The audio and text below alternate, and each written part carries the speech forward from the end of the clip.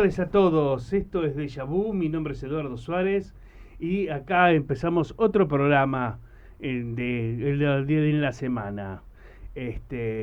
A ver, ya te estamos viendo, NASA. ¿Cómo estás?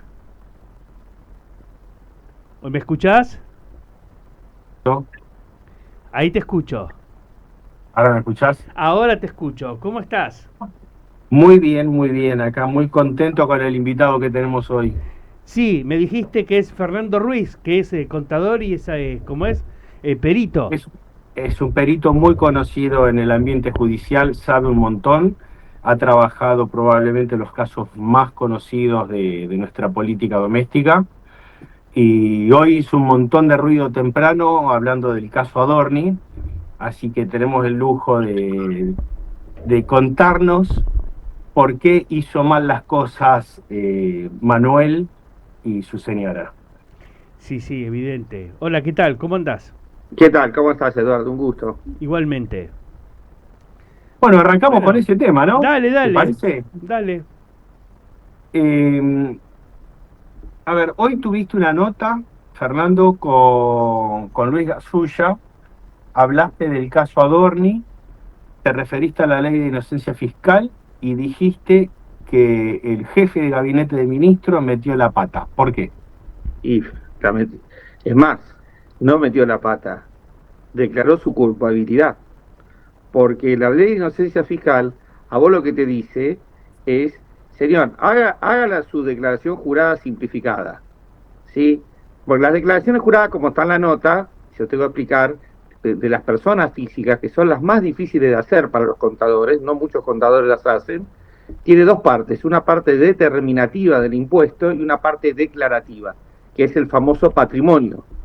El determinativo es fácil, el declarativo es más difícil. ¿Por qué? Porque es una formulita. Nosotros tenemos que ver dónde estábamos parados al inicio del año, cuáles fueron todos nuestros ingresos, qué gastamos y cómo queda nuestro patrimonio al final del año. Como no todos tenemos constancia de lo que gastamos, podemos hacer aproximado, normalmente se saca por diferencia patrimonial, o sea, lo que se llama el monto consumido. El monto consumido nos dice cuáles fueron nuestros verdaderos ingresos. Ejemplo, si a nosotros nos da un monto consumido real, negativo, eso quiere decir que tuvimos ingresos en negro. Y sobre eso se basa la FIP para hacer las determinaciones de oficio, lo que en la figura del incremento patrimonial no justificado. Pongamos un ejemplo, un señor tenía 100 pesos al inicio del año, cobró 20 y al final tiene 200, ¿sí? La fórmula nos dice que consumió 80, pero ¿cómo consumió 80 si solo le ingresó 20? Entonces ahí está la diferencia, ahí quiere decir que tuvo ingresos en negro, porque la fórmula, la ecuación no falla, es pura. Entonces, ¿qué es lo que dice la ley de inocencia fiscal? Señor contribuyente, usted si quiere presenta su declaración jurada solamente haciendo la parte determinativa. La declarativa no la tiene que hacer más, o sea, no tiene que justificar ni su patrimonio al inicio, ni su patrimonio al final, ni sus montos consumidos o lo que se llama variación patrimonial. Nada más. Y ahí termina la historia. Entonces, el señor puede decir, yo tenía 100 al inicio y al final tenía 1000, si nadie me lo va a mirar. Pero esto es un autodeclarativo, ¿sí? Se autoincriminó en que tiene, en principio, ingresos en negro. Lo que podría ser peor, y que espero que alguien lo vea, es que acá hay presunciones de lavado de dinero. Por ahora nadie, les tiro la bomba, porque todavía no lo vio, pero porque si yo esa plata la usé para comprar bienes, hay lavado de dinero. Ok, Así. te hago una pregunta. Vamos a empezar a meternos en la novela. Ahora resulta que no solamente Manuel Adorni, sino también su esposa, dicen que en el caso de Manuel, estamos por descubrir que él era Satoshi Nakamoto y que tenía una billetera fría con $800.000. Porque esto está por pasar.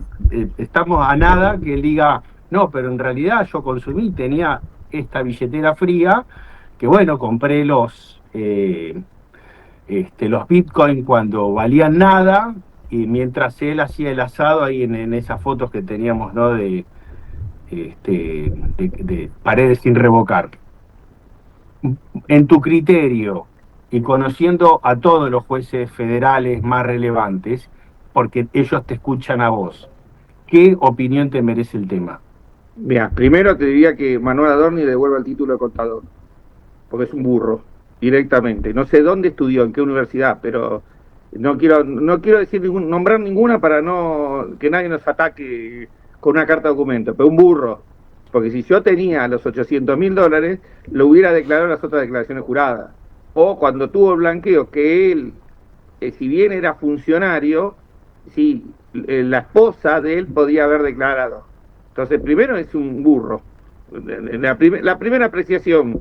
Y segundo, no zafa de esa tampoco, por más que ahora me diga que tenía la billetera virtual y todo lo demás.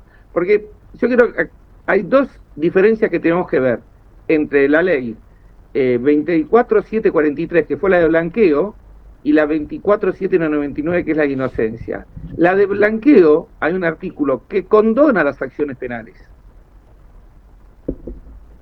La inocencia no hay condonación de acción penal. A él lo que le perdonaron ahora, para que lo digamos claro, que la FIP lo revise y que pudiera hacer una determinación de incremento patrimonial no justificado, de ahí salió una causa penal. A eso es lo que a él le condenaron.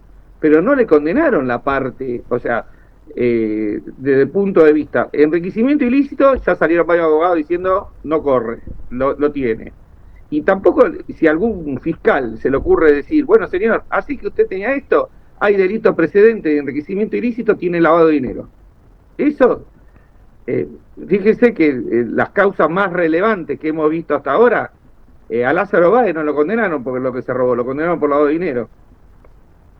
Están los 15 años de prisiones por lavado de dinero. ¿Sobre qué delito precedente? La evasión tributaria. Entonces, claro. Disculpa, pero una pregunta. Entonces, la inocencia fiscal, ¿qué te evita? Que vos digas, bueno, tengo tanta plata ahora, no importa, y declaro, tengo tanto y pago impuestos. Exacto, lo único que te evita es que el fisco te venga a verificar. Está bien, cosa que yo tendría que decir cuánta tengo y a pagarla. Claro. No es que si me intiman, puedo adherirme y pagar. Exactamente, ahí está, diste la tecla. No es que me intima ni me adhiero. Él se tenía que haber... Vamos al caso. ¿Cuánto hace que él está con el tema de la declaración jurada que la presenta mañana, la semana que viene, la otra que viene? Hace rato. Bueno, pero él está, viste, como cuando te vas de vacaciones y empezaste a comprar cosas y no te cierra la valija. Sí. Y que hace fuerza, viste, a ver si los cierres no revientan. Bueno, esa es la declaración jurada de Adorni. Bueno, pero el sistema que habilitaron está desde el mes de abril. Si yo sabía que los números no le daban, ¿por qué no se dio en abril? Y terminamos la novela rápido. Porque creía que no iba a pasar nada. ¿Cuándo pasó algo? ¿Por qué me iba a pasar ahora a mí? Justo. Y bueno, pero sí. todo depende cómo se levanten los jueces a la mañana, Eduardo. Pero yo estoy con poder ahora. ¿Quién me va a venir a molestar? Yo soy Milei, dijo él. Hoy sí, pero si cambia el gobierno, no. Y bueno, pero cuando cambie el gobierno pueden pasar tantas cosas. Y bueno, yo te puedo dar un solo ejemplo que a mí pasó, de un juzgado del interior federal, del interior del país, para no nombrar si es juez o jueza. Causa, me llega una causa de contrabando agravado. Contrabando agravado son 15 años de prisión, por $6 millones. En el medio del contrabando agravado estaban las famosas IRAs. Sí. Las famosas IRAs, ¿eh? Sí. El juez me dice, dígame si hay delito o no hay delito de contrabando. La FIT había determinado, aduana, que ya había delito, que sea, ¿qué mejor que la aduana decir que había delito de contrabando? ¿Por qué no le vamos a creer a la aduana? No, vamos a poner un perito contador. Cayó un perito contador, ¿sí? Porque ad hoc, como son los peritos que se anotan para hacer cuando no son los peritos de la corte, para aliviar un poco el trabajo de los peritos de corte, y el perito después de 2 meses le dice, sí señor, hay lavado de dineros, eran $6.500.000. Perdón, hay contrabando. No me gusta el dictamen del perito contador. Lo paso al cuerpo de peritos contadores de la Corte Suprema de la Nación. ¿Qué dice el cuerpo de peritos contadores de la Suprema de la Nación? No hay delito. Opino lo mismo que el contador ad hoc Fernando Ruiz. ¿Y qué dice la jueza? No hay comisión de delito. 6,5 millones de dólares. Y los honorarios regulados del perito, 899.000 pesos. ¿Sabe qué dice mi señor y mis hijos? Y papá, te equivocaste. Pagaste ser honesto. A ver, la aduana no va a decir que hay, como es contrabando. Lo que te manda es al juzgado, hice comercio exterior muchos años, te manda por presunción de contrabando. Y hace, confisca la mercadería, etcétera, etcétera, pasa depósito y manda todos los papeles al juzgado, teniendo en cuenta que lo mande y que uno no pueda charlar antes, como siempre pasó. Pero bueno. Sí, siempre pasó. Acá charlaron, porque eran 6,5 millones. Y charlan por menos. Bueno, 6,5 millones. En tu experiencia como perito, casos como el de Adorni, ¿qué suerte judicial tienen? Y depende del juez que le toque. Claro. Si al juez le toca un viaje a París, ¿qué pasa? Y si no pasa nada. Le van a decir que no pasó nada, que está todo bien. Que él se adhirió a derecho con el régimen inocencia fiscal. Mire, esto lo van a arreglar ahora, ustedes lo saben. Ahora sale un nuevo blanqueo que va a ser complemento de inocencia fiscal. Y lo arreglan con eso. Ah, bueno, por mí, bueno, ahora sí.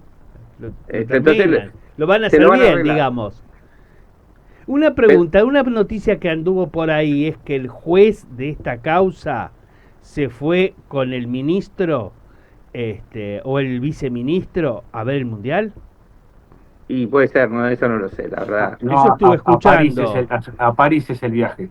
Ah, París es el viaje. Ah, no, quería confirmar eso. Yo había escuchado que era, primero escuché en un momento a París, en otro momento escuché al mundial y me pareció que era el mundial. Que era factible cualquier lado. Hay un evento y subieron a varios jueces al avión. Y bueno, pero claro, ahora entiendo. El padre del ministro, no quiero decir nada, es camarista. Y en las cámaras federales se conocen todos. Se hablan por teléfono. La familia judicial se conoce toda. Bueno, nosotros hablamos mucho de ese tema, sobre todo el tema de la justicia, en particular justicia federal, y de lo grave y peligroso para la institucionalidad que hoy haya tan pocos jueces federales. Porque para la vida republicana los cargos tendrían que estar cubiertos para evitar este tema de la subrogación, ¿no? De la subrogación infinita. Porque queda todo circunscripto a un grupo muy pequeño donde se empieza o se podrían cruzar fronteras que son muy, muy delgadas, ¿no? Sí, las subrogaciones y también el hecho de que todos los juicios, todas las causas tengan 1000 años y aparte nunca tuvo tanto en discusión, digamos, tantos cargos para ofrecer en la justicia, tantos jueces federales tanto en Buenos Aires como en el resto de las provincias, el cargo de Procuración General, en la Corte, se estaba discutiendo mucho en materia judicial de cargos, ¿no? Bueno, lo que sí se hablaba de la última sesión del Senado, que era que cada uno iba y ponía un juez. Claro. Que había 70 sillas para antes de dejar de tocar la música. Algún juez pasa a poder poner. Claro, si no negociaste mal. Ahí cuando dejó de tocar la música parece que nadie se quedó sin silla. Y bueno, hay que ser democrático y repartir. Claro. No, es que si no, no es Argentina. Fuera de broma, esto abre una serie de cuestiones que van desde tener pisada la causa o tener pisada una persona, porque hay muchas causas que están dando vuelta, que estaban o para archivar o sobreseer hace un montón, y dejan a la gente bailando solamente para hipotéticamente especular de manera política. Es decir, hay una serie de manoseos que están muy lejos de lo que debe ser la institucionalidad republicana, ¿no? Sí, bueno, yo le digo una cosa, yo aprendí Derecho Tributario en el año 92 con Julio Mayer, que fue uno de los grandes maestros del derecho penal argentino.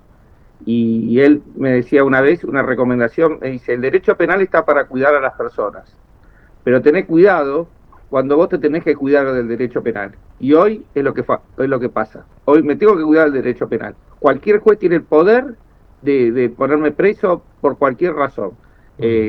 Lo facilita. Te detiene, dice, bueno, tengo 10 días para dictar la preventiva o no la preventiva. Tiene todo el poder. Te mando Ezeiza, te dejo en Ezeiza dando vuelta. Y yo no lo sé, pero yo que he visitado la cárcel sé lo que es la gente que está en la cárcel y la locura Sí, que se puede. o sin llegar a ese punto, que te revienten la casa con un allanamiento solamente para darte algún tipo de inseguridad o exponerte públicamente, porque ese tipo también de cosas juegan que tienen que ver con la reputación de una persona. Es decir, se están cruzando muchas veces líneas muy delgadas que además tienen ida y vuelta, porque parece que hay gente que todavía no lo tiene claro, porque así como un día vas y reventás a gente de un sector político, al otro día cambia la cosa y van con todo contra ese otro sector, o político o judicial. Sí, A sí, es ver, un péndulo. Porque antiguamente la familia judicial entre ellos no se corneaban, ¿me entendés? No era eso. Y los políticos no se metían con las cosas personales. Hoy se desvirtuó todo eso y puede pasar cualquier cosa. hoy pasa cualquier cosa. Yo te voy a dar un ejemplo que es para mí el más claro de todos, que fue la muerte o asesinato del fiscal Nisman. Yo fui uno de los impulsores de la marcha por esa muerte. Y no eran todos los fiscales los que se sumaban a poner la cara. Fueron muy poquitos. Entonces, ¿qué me decís de todos los demás colegas que frente a la muerte en circunstancias dudosas o afirmar que fue un homicidio, como sea, en vez de estar todos, había muy pocos poniendo la cara? Y eso te está demostrando que cuando las papas queman, desaparecen, como decía de Bonavena, que se van todos, que hasta el banquito te sacan. Exacto. Entonces, la institucionalidad está para cuidarnos a todos, no es una boludez, porque hoy tenés el cargo, sea de juez, de diputado, de ministro, que hay mucha gente que va y abusa de ese poder circunstancial, pero si vos no obrás conforme a las instituciones de una manera que se corresponda con el cargo que tenés, al otro día te la dan. Porque, y más en un país como Argentina, que pasa todo de una punta a la otra sin escala. Bueno, ustedes vienen que dar un caso de extrema gravedad. El decomiso de los bienes de la causa vialidad. ¿A dónde van a parar? A la justicia. La justicia dice, Sí. esos bienes son míos. Entonces, ¿qué sucede? La justicia es juez y parte. Yo te condeno y yo te saco. Esa es la gravedad. Claro, No hay independencia. tipo querella. Claro, yo ahora te condeno y te saco. ¿Y qué haces? Claro, pero eso ya directamente no pasa a ser directamente una medida inconstitucional. Y bueno, pero la Corte dice, Pero son de la ocurre. justicia. Y en realidad tendrían que pasar al Poder Ejecutivo. Que después el Poder Ejecutivo los liquide, que le mande la plata a la Corte, todo lo demás. Pero no Que rinda cuenta. Tiene que ser otro poder del Estado que oportunamente rinde cuentas de lo que está haciendo. Además, la justicia no tiene los medios para poder custodiar los bienes, tiene que nombrar depositarios y tiene que recurrir a terceros para hacer esa tarea de cuidar los bienes. Pero esto pasa hoy normal, con esto viene el famoso decomiso, que no hasta ahora no se decomisó nada, ¿no? Hace un año y seguimos dando vuelta con el decomiso. Es un tema sumamente grave y nadie dice nada, todos están callados. Yo no sé si alguno de ustedes siguen la causa Cuadernos. Otro tema que hay que cambiar de la justicia. Bueno, hasta ahora lo que hemos tenido de la causa Cuadernos han sido algunos momentos que realmente nos dejan pensando, ¿no? Bueno, pero yo le hago una pregunta, ¿no? Yo voy, hago una denuncia que Nazareno me robó el auto. Declaro ante el juez, firmo mi declaración. Cuando Nazareno va a juicio oral, el juez me dice, a ver, venga y declare. No, me abstengo a declarar. Me callo la boca. ¿Pero cómo? Vos me dijiste que me robaste el auto, declaraste y firmaste. Vos tenés que hablar. vos tenés que declarar. Ahora, si no habla, ¿tiene alguna penalidad? Porque el problema pasa por ahí. No, no tiene ninguna. Tiene el derecho constitucional a no hablar. Bueno, ¿Sabés cuál es el Perfecto, problema? pero si él tiene derecho constitucional, ¿por qué me ensució? Yo tengo derecho a hacerle un juicio que si no declarás es porque me ensuciaste. Sí, totalmente, pero ¿sabes cuál es el problema? Que estoy haciendo un juicio que se termina en la nulidad. Claro, y además la falsa denuncia tiene una prescripción casi inmediata, o sea, es una joda. Una vez que te tiraron el baldazo de caca, Ya está. es muy difícil volver atrás, porque atrás se te monta la prensa, pero vos tenés periodistas responsables, pero tenés un montón de otros periodistas que no lo son, y mucha de esta gente que hace denuncias son personas que están buscando fama, Sí, porque, a ver, sobran casos. Yo Bueno. si hago una denuncia, me aseguro de tener todas las herramientas de decir, señor juez, estoy aportando algo efectivamente de lo que estoy afirmando. Pero aquí hay gente que va y te dice, no, y lo vi en los medios, qué sé yo. Y vos decís, pero estás ensuciando a un tipo que después, solamente por una cuestión de política, se le va a sumar la prensa encima, porque eso rinde mediáticamente, pero en el medio no me diste todo el daño que hiciste para poder lucirte 5 minutos. La Bueno. realidad que sí lo midieron, pero no les importa. El problema es que nadie lo penaliza eso. Claro. Ahí pasa el problema. Si vos te penalizaran, vas a ver que no vas a abrir la boca de más. Es más, nosotros cuando acá hablamos, si no la tenemos clara, no hay información definida, lo decimos en potencial y a veces damos a entender quién es sin decirlo. ¿Me entendés? Claro, porque pero te tenés ellos que no cuidar, o abren sea, la podés boca manejarte y van a un inclusive. juzgado y dicen que pasó tal cosa. Y después, no, se me ocurrió porque me lo contó un amigo. ¿Cómo es el tema? ¿Y no pasa nada? Ujú. Ese es el problema. Es un problema bueno, judicial. esto pasó en Cuadernos, ¿eh? Lo que estás diciendo pasó en Cuadernos. Claro, sí, sí. Vi El delator, parte de el eso. delator premiado, que no lo voy a nombrar, pero todos saben quién es el delator premiado. Sí, obvio. Cuando le preguntaron, ¿a usted le consta la relación de debido con Warner? ¿Cómo le consta? No, me lo contó fulano. Pero no, es en serio, está la declaración, me lo contó fulano. Es poco serio. Y aparte, una pregunta. ¿Y en los empresarios que se declararon culpables? Ninguno declaró. Mm. ¿Y para qué se declararon culpables entonces? Después dijeron que no, que esto, aquello. Bueno. Hay mucho manoseo en eso Ah. y nadie responde. Ahí está la interpretación de que también un poco si un poco los apretaron o los amenazaron, che, declará esto, bueno, capaz un empresario ahí te dijo cualquier cosa y después dice, no, se desdice ¿Ustedes saben el origen de la causa? del famoso Centeno. No, pero ¿cómo se llega a la denuncia?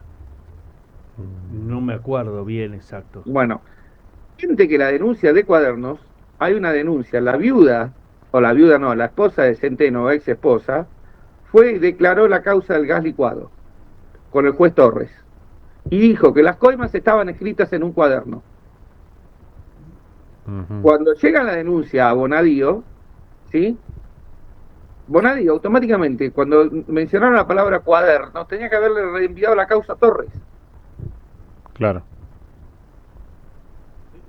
Esto está escrito, se sabe, no se discutió en el juicio, lo menciono porque es público, ¿no? Y el debate Sí. es público, pero desde ahí empezó a toquetearse. Ahora, solo creo que el de electroingeniería fue el que declaró, creo, pero no contestó preguntas.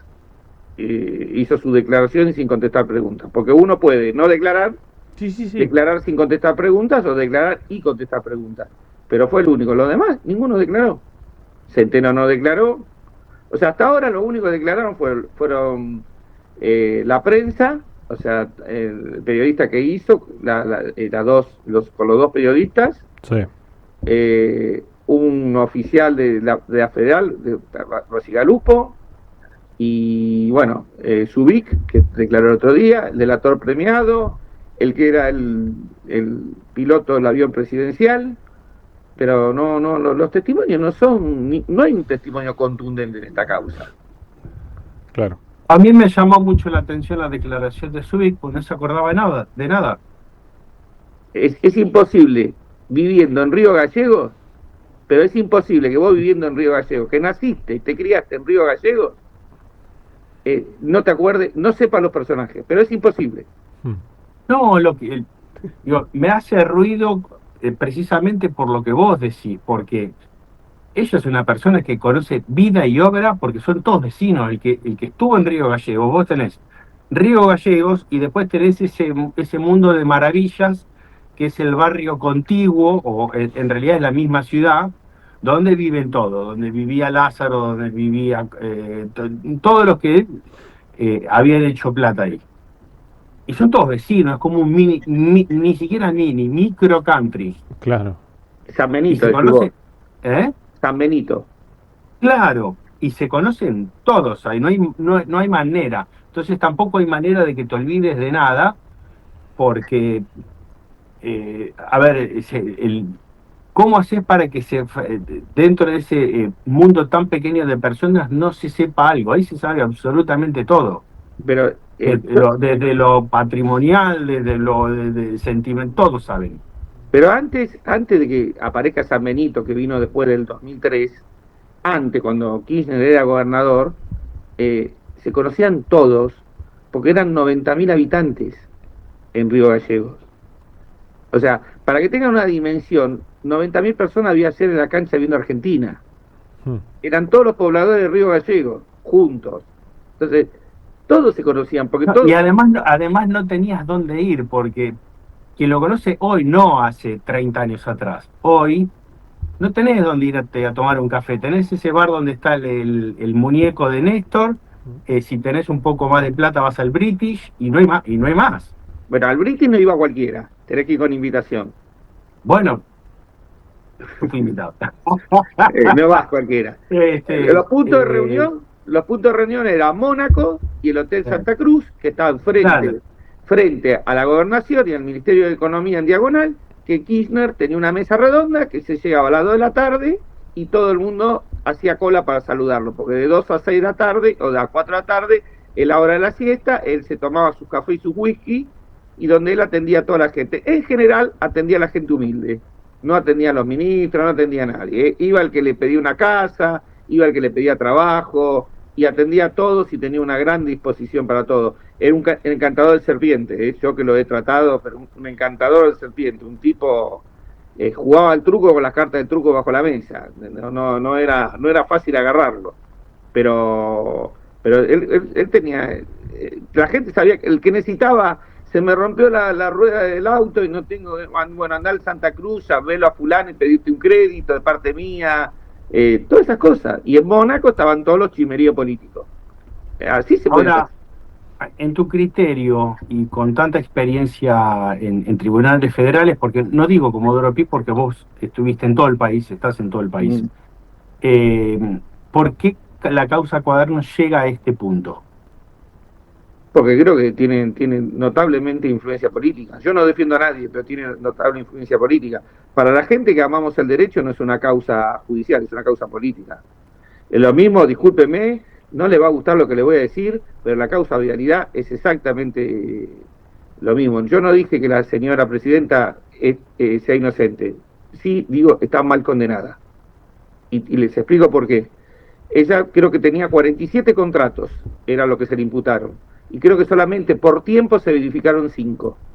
Si a vos te imputan 47 delitos, te tienen que verificar los 47 delitos. No vas a verificar los 5 delitos que a mí me gustan. Claro. Uno de los delitos que le imputaron era el terraplén de la ruta 3 con la ruta 5 en Hueraite, donde dicen que ese terraplén no se construyó. Yo les pido que vayan y vean que hoy existe. Cuando le preguntan al perito oficial, el ingeniero, si el juez le dice, pero ¿usted vio el terraplén? Sí, me fui de vacaciones a ¿cómo se llama?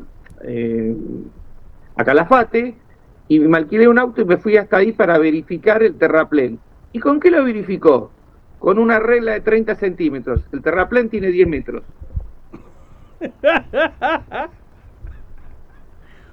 Por favor, véanlo, no es un chiste, está. Véanlo porque no es un chiste, está. Y le preguntan a la perito de parte, y yo le dije que había que verificarlo con teodolito. Y el tipo me preguntó, ¿y eso qué es? El ingeniero me preguntó que era un teodolito. Bueno, no, está bien. Y Bueno, no, pero es inaudito, no, bueno, no. Cualquier volvemos cosa, siempre al mismo punto, ¿no? cualquier cosa que Porque, diga, lo primero que hace, si tengo que hacer una medida, tengo que saber medir. Y el primer teorema de la medición es saber cuál es la medida esperada para poder elegir el método. Entonces ya ahí está mal, el tipo no sabe medir. No puede ir a verificar nada. bueno, pero ahí estamos siempre en el mismo problema, que es el que originalmente les dije. ¿Cómo un juez o un fiscal pueden permitir que una causa avance hasta ese punto? Porque lo lógico, y a ver, apoyo lo que vos decís, yo tampoco creo que la señora esté limpia. Es más, cuando a mí me tocó aportar cosas, eran contundentes, pero estamos viendo que en otras causas, eh, y no solamente del caso de Cristina Kirchner, hay muchas otras causas que las ves que avanzan y que tendrían que haber ido a archivos sobre seguimiento hace rato. Y van y te las pisan y especulan y ven qué onda, y hacen ese jueguito con el periodismo para decir, no, ven, estamos investigando, estamos encima. Y es un uso y abuso de toda la parafernalia del aparato judicial que se podría estar usando para hacer las cosas como corresponde. Y sin embargo estamos viendo que se haya en una causa que tendría que haber ido por un camino que nos llevara a tener justicia, porque, a ver, yo soy de los que creo que el kirchnerismo a nosotros como país nos jodió la vida, nos jodió por muchas generaciones, porque hubo un montón de corrupción, y eso, a ver, no hacía falta ni siquiera hacer ni un poquito de esfuerzo para darse cuenta, porque estaba todo como muy en carne viva. Pero de ahí a que se hagan mal las cosas yo comparto el criterio y estoy en contra del fallo que la condena a Cristina, porque vos me preguntás, estoy convencido de que ella es culpable de un montón de delitos, pero lo tenemos que hacer como la ley manda, porque si no, ese desmadre vale para cualquiera de los 47 millones de argentinos. Que bueno, que en realidad sí tenés pinta de chorro y te han visto robando, pero bueno, y te arman un fallo más o menos a medida y te mandan el canal. ¿Y por qué no? Porque si total era chorra. Pero no, las cosas hay que hacerlas bien. A Porque ver, si no, lo que estamos habilitando es un desmadre como país. yo lo que escuché es la excusa de decir no podía no saberlo. Que lo dijeron en un montón de lados. Sí, ¿Qué digamos, hay de en eso? palabras más, palabras menos, ese es el criterio general. Pero no pueden decir no podría no saberlo. No hay, probame que no, que Claro. sabía. Pues con ese Porque- argumento sí. se puede Pero acusar ¿sabés de para cualquier cuántas cosa a cosas cualquiera la podés casi. aplicar? Que te dicen, no, ¿y sabés qué? Fulano el cornudo, ¿por qué no podía no saberlo? Claro, a ¿Entendés? Menem también lo condenan en la causa de armas, no podía no 50.000 cosas de la saberlo. vida. Pero es también el que tocó lo que ellos impulsaron, los Kirchner, en la causa de armas contra Menem, que la conclusión fue no podía no saberlo. Yo les hago una pregunta, ¿no? Porque esto es dato judicial. ¿Ustedes saben quién es la persona que más causas judiciales tiene en Argentina? Macri, Exactamente. vamos, Muy bien. vamos. Gracias. ¿Alguna condena? Ninguna, Ninguno. ¿Algún juicio oral? ninguna. Ninguno. Y No, bueno, discúlpame, según tengo entendido, la Báez era el número 38 en volumen de... ¿Cómo es?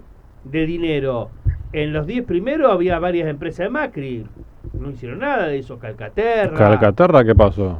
¿Qué pasó? Nada. Nunca avanzaron con les Calcaterra como cuento se una avanzó con confidencia. Adorni. Les cuento una confidencia y queda Sí. entre nosotros porque no nos ve nadie. Sí. El primer número del teléfono de Lázaro Báez del celular era creo que Calcaterra. Mirá. Una pregunta. Para Lázaro Báez, cuando compró los terrenos de la represa en el sur, ¿para quién los compró? Y supuestamente para él, para ser inundados. No. Fue testaferro de alguien. ¿De quién? ¿De Cristina o de Franco? Y A la nombre de eso, Franco, ¿no? Ahora. ¿Cómo No, fue? no, no, esos terrenos están, la estancia que es inundable, la estancia Río Bote, Sí, y Río Bote la compró Austral Construcciones. sí. Y está Pero escriturada a nombre de según Austral Construcciones. demostraron que después desapareció todo y no se habló más, que había estado con eso Franco Macri. Bueno, Cuando apareció eso, no se habló más del tema. lo que sí sé que en la quiebra, cuando fueron a rematar Río Bote, varias veces se frenó el remate en Río Bote. Creo que Bueno, un poco todo ahí esto. Fernando nos dio un dato que eh, pasó medio desapercibido. Esto de que Lázaro compra las estancias no era para ir a cabalgar, a comerse un asado, No, no, más bien. era para inundarla. Claro, sí, sí, porque iba a estar la represa con una hidroeléctrica. La Kirchner-Zepernik, Sí. Sí, o Condor Cliff, digámosle, para ser o más. Condor Cliff, la Barrancosa. Exactamente, para hacer que es el nombre que le dio, porque la autorización de esa represa, el convenio, lo firmó mi papá en el año 58, cuando era ministro de Economía de lo que era el territorio de Río Negro, Chubut y Tierra del Fuego. Firmó Chocó, Cerro Colorado, Cóndor Cliff, La Barrancosa. Firmó él juntamente con el que era el presidente de Agua y Energía de la Nación. Entonces, conozco un poco la historia de antigua data. Por eso digo, queda más lindo Condor Cliff, La Barrancosa. Claro. Bueno, eso tiene ese caso, la gente en general no sabe. A nosotros nos costó bastante geopolíticamente Por los chinos. con los chinos porque ellos nos hacen el adelanto de la guita, esa guita desaparece y como no teníamos de manera de responder frente a ese incumplimiento, dicen, no, tranquilos, no pasa nada, queremos una base en Neuquén. Eso fue el disparador de que hoy tengamos un problema más grande todavía de tener en realidad los chinos alegan que es un radiotelescopio, por decirlo de Claro, alguna manera, es un científico, radiotelescopio. En tecnológico. realidad ese es una estación, Ujú. eh, y para lo que verdaderamente sirve, para la guía de misiles transcontinentales. Hoy Se puede vivimos utilizar para eso, según dicen, pero es una casualidad, Teorías. en teoría. Ahora, igual, hoy en día hay científicos argentinos ahí adentro haciendo supuestamente algún trabajo. sí, tienen libre el Permitieron hace un par de 9% del años tiempo. atrás. ¿Cómo? Tienen el 9% del uso el 9% No, por del supuesto, tiempo bueno, pero del esos uso fueron, claro. y seguramente fueron elegidos. Sí, por supuesto, y además el uso que podés llegar a tener. Obviamente que no te no te van a dar acceso a los misiles termonucleares. O a No, lo no, mejor ellos por fueron elegidos y no supuesto, te van a miran. decir vení, A lo mejor no usala, miran divertite, nada, jugá a están la Play disfrutando de un y te mandan para tu sobresueldo casa. importante. Esta estación de espacio profundo, entre otras cosas, lo que hizo fue guiar, por ejemplo, la misión de Al lado oscuro de la Luna de China del año 2020. Mira. ¿En San Juan no Eh, iban a poner un telescopio también? También tienen el CART, el radiotelescopio láser, que ese también trajo mucho conflicto. Que eso es una mira, pero ese sí se decía que era una mira misilística. Son los dos porque se complementan, porque el de San Juan no mirás al espacio, en realidad estás usando una frecuencia a través de un láser. No, es tecnología de punta que, es decir, en otras circunstancias nos vendría bárbaro, pero en el medio de la Tercera Guerra Mundial, la verdad que nos ponen como una situación un poco incómoda. Ujú. Y en ese caso, el CART no sé si está paralizado por una negociación que hubo recientemente. Tenemos la base en Santa Cruz también, porque la gente piensa que hay dos bases chinas en Argentina. No, hay tres. La tercera es en Santa Cruz y eran tres antenas que querían instalar, creo que están recién montando la primera etapa. Así que, volviendo al tema cuadernos, ¿qué futuro vos le ves a la causa? Yo la causa, ya la condena está escrita. Véanme dentro de un año y me van a decir la condena. Para mí la condena ya está escrita. ¿Y entonces qué falta? Nada, van a seguir pasando los testigos, van a venir Todo girado, digamos. los alegatos, las impugnaciones, van a estar de todos lados. Yo lo que veo, hay muy buenos abogados, muy hábiles abogados, muy caros abogados, no sé cómo los pagan, pero destaco que hay una abogada que yo no daba 2 pesos con 50 y está haciendo una tarea maravillosa, que es Gómez Alcorta. La ex ministra de La Mujeres ex del ministra de la gobierno de Mujer. Alberto. Pero destaco que lo que hace es muy buena, pero muy buena. Es la única que no está por internet. Hace preguntas certeras, es respetuosa. Le han querido contestar mal y ella con una altura ha contestado. Y la verdad que destaco que tiene una misión admirable. Después, bueno, hay abogados que no saben, están dormidos. Ustedes lo ven en los chats, están dormidos. Otros que roncan, otros que putean, como fue Ubeira, salió la puteada al aire, pero en general a mí me gustaría saber cómo pagan los abogados, todos esos defensores que nadie tiene, no los empresarios, pero los imputados que no tienen un peso.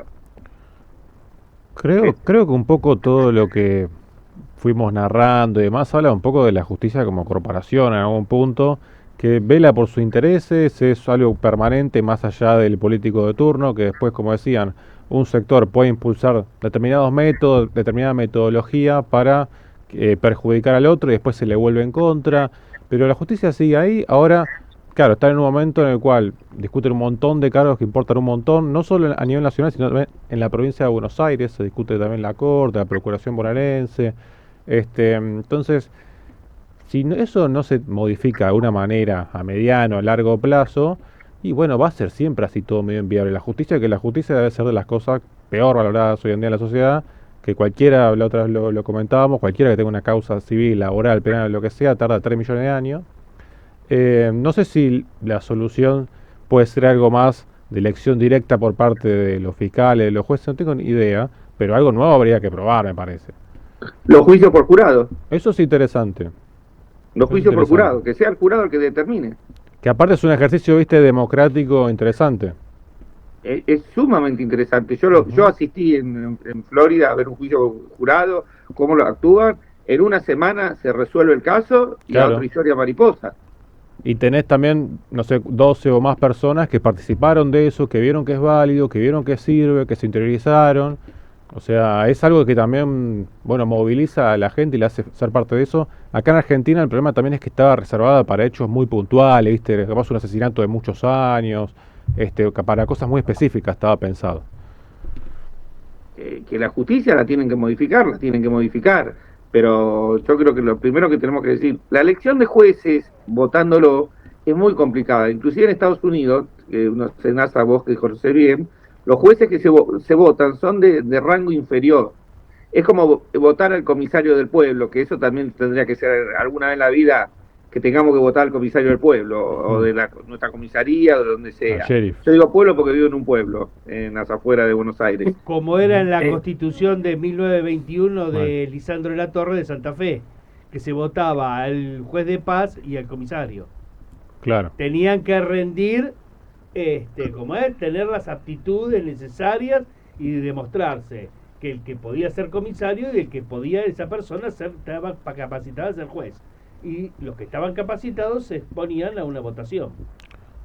Y sí, habría que ir a un esquema más moderno. Yo creo que Fernando, te los quiero hijos hacer de la una vida... pregunta en tu experiencia de perito, porque te voy a sacar de causa. Para que me des tu opinión sobre la causa Libra. Sí. Porque recientemente la unidad fiscal especializada en ciberdelincuencia dice que no tiene los recursos necesarios para llevar la investigación adelante. ¿Lo has visto en el pasado esto? ¿Cómo se resolvió? Ningún perito tiene los recursos. ¿Qué recursos tenés? Yo te dije, cuando yo te dije la causa que te contrabando, que estaba a más de 2.000 kilómetros de la ciudad de Buenos Aires, el pasaje me lo pagué yo. Porque el juez delegó en mí hacer el allanamiento. Fue una de las pocas veces en la justicia que un funcionario judicial no fue a hacer el allanamiento. Insólito, ¿eh? La Cámara, que le corresponde al lugar, dijo, pero ¿cómo? ¿Ningún funcionario judicial estaba? No. El perito contador, bueno, el perito contador de esa auxiliar de justicia actuó como representante de la justicia. Yo creo que fue hecho a propósito para que el fracase el allanamiento. El allanamiento no fracasó porque tuve excelentes tipos de la gendarmería que el día anterior, hicimos inteligencia previa de todo lo que estaba pasando y después nos pusimos de acuerdo de cómo íbamos a hacer el allanamiento. Y fue, pero hasta el juez del lugar se quedó sorprendido de lo que habíamos hecho. Pero te vuelvo a repetir, los recursos te los tenés que buscar vos. O sea, ¿cómo, a ver, ¿qué recurso material necesitas para un ciberdelito? ¿Una computadora? Claro. ¿Nadie tiene una computadora? Y un poco de Wi-Fi. Wi-Fi, ¿qué? Tenés que tener a lo mejor tenés que tener un programa especial. Sí, ellos alegan que no tienen el software especializado para rastrear la ruta de los 5 millones de dólares. Bueno, y revertir el anonimato de las wallets. ¿Pero la ruta pasó por bancos o pasó por Están hablando de billeteras virtuales. No, imposible. Es como abrir un iPhone sin tu consentimiento. Si no, debe haber alguien en el mundo. Es como que vos me digas, necesitamos saber los números de teléfono de las escuchas telefónicas. Tenés programas software especiales, y ahí sí necesitas tener el software. Y te lo tiene que proveer el Estado. El Estado tiene que invertir. Bueno, pero ahora va a recibir 690 millones de dólares. Puede invertir en comprar un programa, no sé qué costará el programa para poder rastrear las operaciones de cripto. Es más, el Estado tendría que estar muy preocupado en las operaciones de cripto, porque pueden ser operaciones de lavado de dinero. Claro. No, pero, a ver, esto es una causa que tramita en Estados Unidos también. ¿Y no lo tiene en Estados Unidos? Sí. Bueno, me pregunto eso, ¿no? O el fiscal, no la unidad especializada, por ahí no tienen el teléfono para pedir ayuda. Ahora que me decís eso, cuando yo tengo esta causa del contrabando, hacen un exhorto para averiguar las cuentas que tenía esta empresa y este señor en Estados Unidos. Entonces yo le digo al juez, escúcheme una cosa, venga, me pongo la computadora, acá está, ya tengo las cuentas. Le digo, acá sale la sociedad que tiene, acá están las cuentas. Y le dije, bueno, ahora usted tiene que hacer la denuncia en la Security Lamb para que automáticamente le bloqueen las cuentas. Ah, no, yo eso no lo voy a hacer. Y se pasaron, y le pidieron, como tenían que hacerlo todo con papelito, porque tenía que figurar en el papelito, se pasaron 6 meses con el exhorto, que iba, que venía, que no iba, que venía. Y el otro caso que tuve, en Mar del Plata, de un señor que se llamaba el Rey del Tomate, logré con actitud, el juez muy rápido de Mar del Plata, me hizo caso, hizo la denuncia al Security Lamb a través de un mail, y el FBI le bloqueó los fondos. Claro, porque si no hace la denuncia, Estados Unidos no actúa. Si no le llega una denuncia hecha conforme ellos la piden. Los pedidos de información no le dan bola, me consta. Pero lo hizo por este juez de Mar del Plata, un juez federal de Mar del Plata, lo hizo por mail. Le dije, mire, nuestra amiga en común me dijo, mandá el mail acá, y digo, mande el mail acá, doctor. Mandó el mail ahí y le bloqueó las cuentas del Banco of America, del BOFA. Instantáneamente. Se la bloquearon al toque. El tipo, no entendía nada como le habían bloqueado las cuentas. Pero eso todo depende de la buena voluntad del juez y de las herramientas. No, más bien, y hacerlo en forma correcta, porque si llega a equivocarse el juez como lo hace, no la toman en cuenta allá afuera, directamente. Y se bloquea eso porque creen que están jugando y no son propicios a hacerlo. Yo eso lo viví en Estados Unidos también, donde cuando había pedidos exhortos de información, directamente por contrabando a las empresas de allá. A mí me llegaba y me decía, conteste lo que usted quiera. Sí, sí. Yo le cuento otra también, de otra causa que duré 10 minutos, pero me sacó Casanelo. Este, estaba vinculada con cuadernos.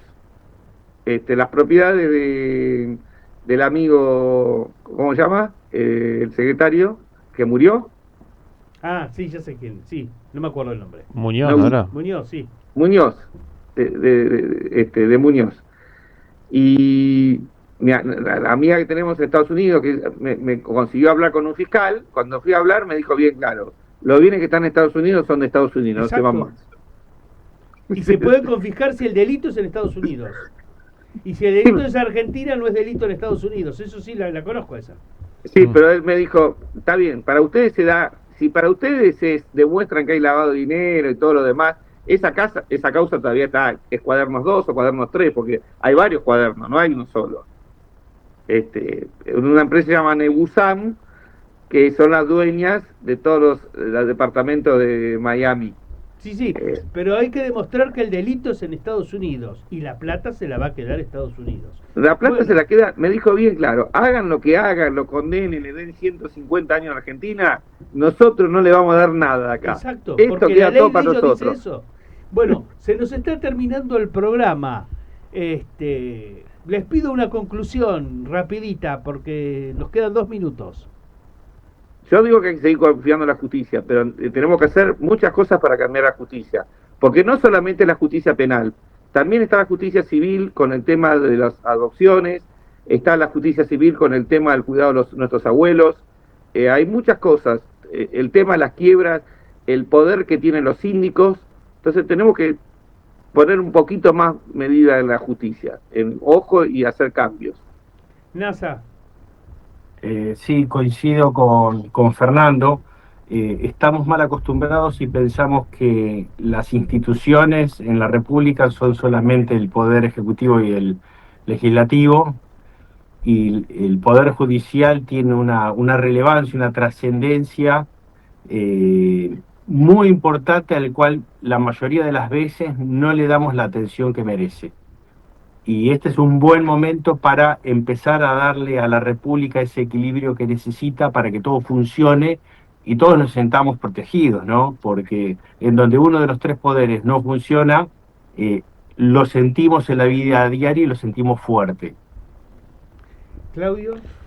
Algo parecido, a mí me parece que la justicia tiene un impacto fundamental en la vida cotidiana de la gente y es crucial que en un país que intente tender hacia algún tipo de desarrollo, de viabilidad, es primer paso fundamental que la justicia se viabilice en un montón de cosas que hoy evidentemente no cumple, no funciona.